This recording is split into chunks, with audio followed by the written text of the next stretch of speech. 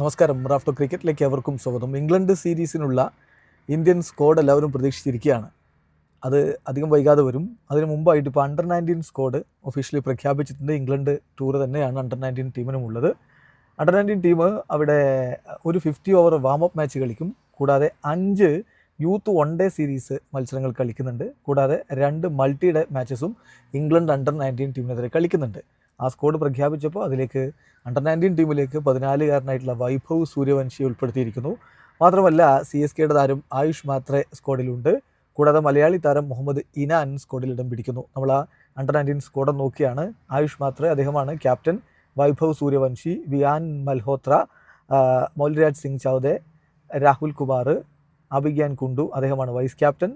Then Harvansh Singh, RS Ambrish, Kanishk Chauhan, Khilan Patel, Henil Patel, Yudhajit Guha, Pranav Raghavendra, Mohammed Enaan, Aditya Rana, Anmoljit Singh. ഇതാണ് squad. സ്ക്വാഡിൽ stand by players വേറെ ഉണ്ട്. നമാൻ പുഷ്പക്, ദീപേഷ്, വേദാന്ത് ത്രിവേദി, വികൽപ് തിവാരി, അലങ്കൃത് റപ്പോലെ എന്നിവർ സ്റ്റാൻഡ് ബൈ ആയിട്ട് സ്ക്വാഡിലുണ്ട്. അപ്പോൾ 50 ഓവർ വാമപ്പ് മാച്ച് നടക്കുന്നത് ജൂൺ 24-നാണ്.